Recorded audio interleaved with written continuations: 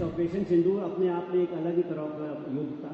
इसके पहले जितने भी हमने युद्ध लड़े, जैसे मैंने आपको बताया 47 से लेकर के 71 या 1999 तक, वो अलग तरह के युद्ध थे। यह पहला युद्ध था जिसमें जो है नॉन कॉन्टैक्ट युद्ध था, जिसमें हमने दुश्मन का आमने सामने की लड़ाई बहुत कम थी। हमने अगर दुश्मन को देखा तो सेंसर्स के थ्रू या सैटेलाइट इमेजरीज के थ्रू दुश्मन को देखा, ना कि आमने सामने।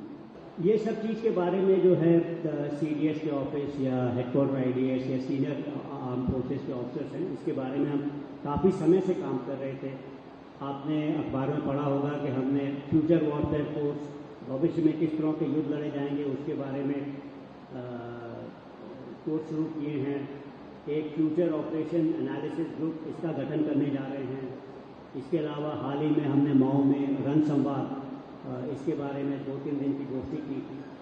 तो ये सब की सोच जो कि हमारे में थी, इसीलिए जो है ऑपरेशन सिंदूर के अंदर हम लोग को थोड़ी सफलता मिली, मतलब बहुत सफलता मिली। जैसे ऑपरेशन सिंदूर अपने आप में एक अलग ही तरह का युद्ध था। इसके पहले जितने भी हमने युद्ध लड़े, जैसे मैंने आपको बताया 47 से लेकर के 71 या 1999 तक, वो अलग तरह के युद्ध थे। यह पहला युद्ध था जिसमें जो है नॉन कॉन्टैक्ट युद्ध था, जिसमें हमने दुश्मन का आमने सामने की लड़ाई बहुत कम थी। हमने अगर दुश्मन को देखा तो सेंसर्स के थ्रू या सैटेलाइट इमेजरीज के थ्रू दुश्मन को देखा, ना कि आमने सामने इसे देखा। तो ये एक नॉन कॉन्टैक्ट युद्ध था।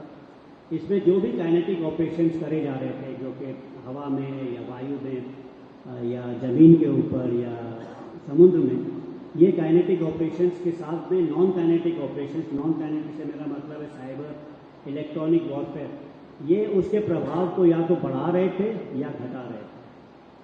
इसके अलावा यह एक नॉन लीनियर ऑपरेशन था, मतलब हम सीक्वेंस वाइज नहीं अटैक कर रहे थे, जो शुरू की पंक्ति के अलावा पीछे के पंक्ति में। तो इसमें कोई इस तरह की लड़ाई में ना कोई फ्रंट था ना कोई रेयर था। यह एक नेटवर्क और इंटीग्रेटेड लड़ाई थी। ऑपरेशन सिंदूर के बाद में आपने एक नए विषय के बारे में मैं बात करना चाहता हूं, जिसके बारे में काफ़ी आप लोगों ने सुना भी है। यह है न्यू नॉर्मल। हमारे माननीय प्रधानमंत्री जी ने ऑपरेशन सिंदूर के बाद में इसकी बारे में बात की है कि नए पैमाने तय किए जाएंगे, नया नॉर्मल होगा। और ये उन्होंने ही नहीं, भारत के रक्षा मंत्री जी ने, उत्तर प्रदेश के माननीय चीफ मिनिस्टर जी ने भी इसके बारे में कहा है कि न्यू नॉर्मल को। ये न्यू नॉर्मल क्या है, मैं इसके बारे में थोड़ा बताना चाहता हूँ। न्यू नॉर्मल एक ऐसी स्थिति होती है जो किसी संकट या क्राइसिस के बाद बनती है, और तब बनती है जब क्राइसिस खत्म हो जाती है। और ये इसलिए होता है ताकि भविष्य में उस तरह का संकट दोबारा ना आए। अगर आए तो उसे संभालने के लिए नए नियम बनाए जाते हैं, और कोई भी नई संकट की स्थिति जो है बल्कि अलग होती है, और धीरे धीरे जो भी हम इसमें बदलाव लाते हैं, समाज जो है इसे आस्ते आस्ते स्वीकार कर लेता है। आप लोग को याद होगा कोविड का जो संकट था, उसके बाद में न्यू नॉर्म क्या बना? न्यू नॉर्म ये बना कि सोशल डिस्टेंसिंग होगी, वर्क फ्रॉम होम, ये नॉर्मल न्यू नॉर्म था। इसके बाद नोटबंदी, जब हमने डीमोनेटाइजेशन की थी सरकार ने, इसके बाद में न्यू नॉर्म बना था डिजिटल पेमेंट्स के बारे में। डोकलम और गलवान के बाद न्यू नॉर्मल था ऑपरेशन न्यू लेपर्ड, मतलब हमारी जो वहाँ पे बॉर्डर्स के पास में डिप्लॉयमेंट थी, ज़्यादा थी और काफ़ी इफेक्टिव थी, वो न्यू नॉर्मल। तो ये न्यू नॉर्मल इस क्राइसिस के बाद ऑपरेशन सिंदूर के बारे में भी, न्यू नॉर्मल के बारे में काफ़ी लोग इसके बारे में बात कर चुके हैं। और 3-4 चीज़ें जो उसमें से सामने आती हैं, मैं उनके बारे में बात करना चाहता हूँ। सबसे पहला है आतंकवाद और बातचीत साथ साथ नहीं चल सकती, एक। दूसरा, आतंकवाद और व्यापार साथ साथ नहीं चलेगा, दूसरा। तीसरा, पानी और खून एक साथ नहीं बहेगा। और भारत जो है न्यूक्लियर ब्लैकमेल को सहन नहीं करेगा। और इसके बीच में औरों ने भी कही हैं ये बातें, लेकिन एक्सटर्नल अफेयर्स मिनिस्टर ने पार्लियामेंट के फ्लोर में इन बातों के अलावा 2 बातें और कही थी। उन्होंने कहा था कि terrorist will not be treated as proxies, मतलब आतंकवादियों को प्रॉक्सी यानी शत्रु के प्रतिनिधि के रूप में ही देखा जाएगा। और सेकंड था, उन्होंने ये भी कहा था कि क्रॉस बॉर्डर टेररिज्म जो है, इसको अप्रोप्रिएट रिस्पॉन्स, जल्दी से जल्दी रिस्पॉन्स दिया जाएगा। ये अगर एक नया पैमाना है, नए नॉर्मल है, तो उसके लिए तीनों सेनाओं के लिए जो है एक जो है नया काम करने का तरीका ढूंढना पड़ेगा। और उसके जो इम्प्लीकेशंस हमारे लिए हैं वो मैं आपके सामने बताना चाहता हूँ। सबसे पहला है जो मैंने एक बार मिलिट्री प्रिपेयरनेस के बारे में कहा था, तो अब ये जो है 24/7 365 डेज, मतलब इस तरह की तैयारी हमेशा रहनी पड़ेगी। या मैं इसलिए भी कह रहा हूँ क्योंकि ऑपरेशन सिंदूर जो है ऑफिशियली टर्मिनेट नहीं किया गया है, लेकिन फिर भी जो इसी कारणवश और वैसे भी मतलब हमें जो है इसके बाद में हमेशा जो है चौकन्ना रहना पड़ेगा। दूसरा चीज़ जो है, क्योंकि हम कह रहे हैं कि टेररिस्ट को कहीं पे भी जो है ढूंढ करके मारेंगे, इसके ऊपर दो तात्पर्य होते हैं। मतलब हमारे इंटेलिजेंस जो है पूरे हमारे जो शत्रु देश हैं पूरे एरिया को कवर करना पड़ेगा, और ऑपरेशनल रीच जो है हमारी हथियारों की जो रीच है वो बढ़ानी पड़ेगी, गहराई, दायरा और डोमेन, तीनों में। डोमेन से मेरा मतलब है नभ, जल और थल, और इसके अलावा साइबर, स्पेस, इन सब में। एक और जो इससे निष्कर्ष निकलता है कि आतंकवादी और उनके हैंडलरों को एक ही तरह से वैध टारगेट माना जाएगा।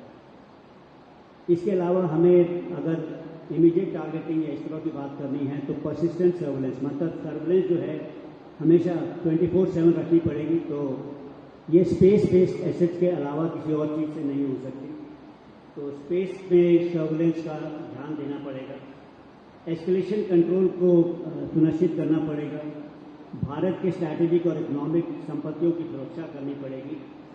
और पाकिस्तान की एक स्ट्रैटेजी है जिसका नाम है फुल स्पेक्ट्रम डिफेंस, उसका जो है हमें पूरी शक्ति के साथ पूर्णतः परिवाद करना पड़ेगा, मतलब उसे कंटेस्ट करना पड़ेगा हर एक लेवल के ऊपर। यह करने के लिए जो है हमें अपनी क्षमताओं में विकास करना पड़ेगा, जिसके अंदर लॉन्ग रेंज प्रिसिशन टारगेटिंग के बारे में है। और ये लॉन्ग रेंज प्रिसिशन टारगेटिंग तो है, लेकिन हमें भारतीय मूल के अपने तरह के हथियार बनाने पड़ेंगे। एयर डिफेंस और काउंटर यूएस सिस्टम, ड्रोन्स के बारे में एकीकरण की को और भी ज़्यादा मजबूत करना पड़ेगा। इंटीग्रेट बैटल के लिए नई संरचनाएं और प्रतिक्रियाएं विकसित करनी पड़ेंगी। इलेक्ट्रॉनिक वॉरफेयर और एलिट के बारे में, स्पेस, साइबर, इन सब के बारे में भी ध्यान देना पड़ेगा। Artificial intelligence, machine learning, quantum autonomous technologies जैसी डिस्ट्रप्टिव टेक्नोलॉजीज के बारे में भी ध्यान देना पड़ेगा। इनफैक्ट जो रण संवाद के बारे में मैं बात कर रहा था, उसमें माननीय रक्षा मंत्री जी ने एक TPCR technology perspective road map जाहिर किया गया था। आज के इकोनॉमिक टाइम्स में भी उसके बारे में व्याख्या की गई है। तो ये सारी चीज़ों को हमें एक साथ मिल करके काम करने की जरूरत है।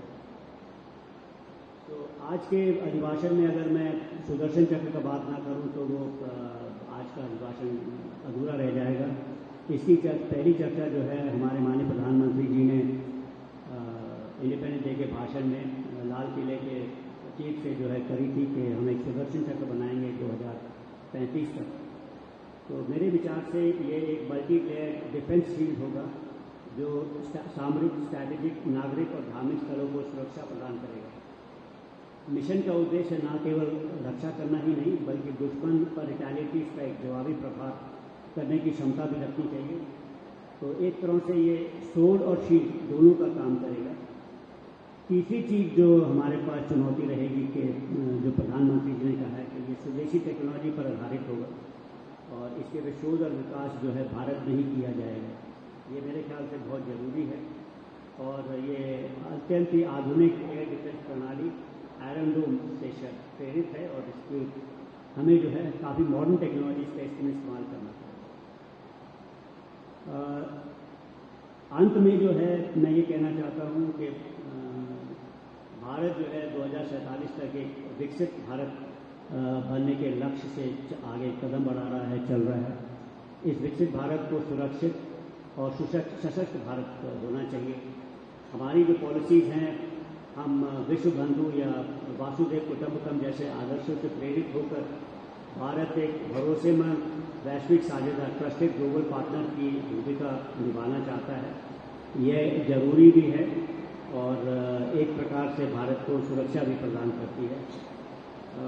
यदि हम उभरती हुई चुनौतियों को सही से पहचानें, अपनी तैयारी को निरंतर बरकरार रखें और आत्मनिर्भरता की दिशा में निरंतर बढ़ते रहें, तो कोई भी शक्ति भारत के समक्ष और विकास के में जो है बाधाएं नहीं डाल सकती। ये आवश्यक है कि हम सही दिशा और सही गति से आगे बढ़े।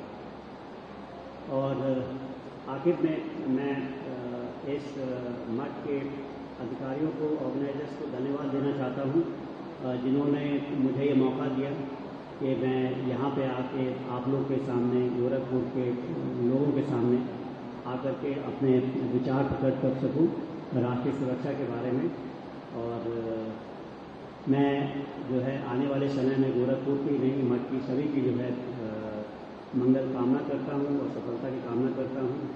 और मैं चाहता हूँ कि हम सब मिलकर के जो है भारत के भविष्य के लिए, रिसर्जेंस के लिए एक साथ मिल करके काम करें और बढ़ चढ़ करके अपना योगदान दें। मुझे बस इतना ही कहना था। धन्यवाद और जय हिंद।